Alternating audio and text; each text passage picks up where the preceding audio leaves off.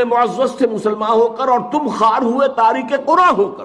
میں جب 5ویں جماعت کا طالب علم تھا تب میں نے یہ شعر پڑھا تھا، اس وقت سے میرے ذہن کے کسی سب سے نچلی سطح پر یہ کندہ ہو گیا تھا، جیسے پتھر میں کوئی چیز جو ہے کندہ ہو جائے۔ میری پوری زندگی جو ہے اس کے بعد جو بھی خدمت قرآن میں گزری ہے، میں سمجھتا ہوں اس میں اس شعر کا جو میرے تحت الشعور کی گہری سطح کے اندر جو ہے ثبت ہو گیا تھا، اس کا اثر۔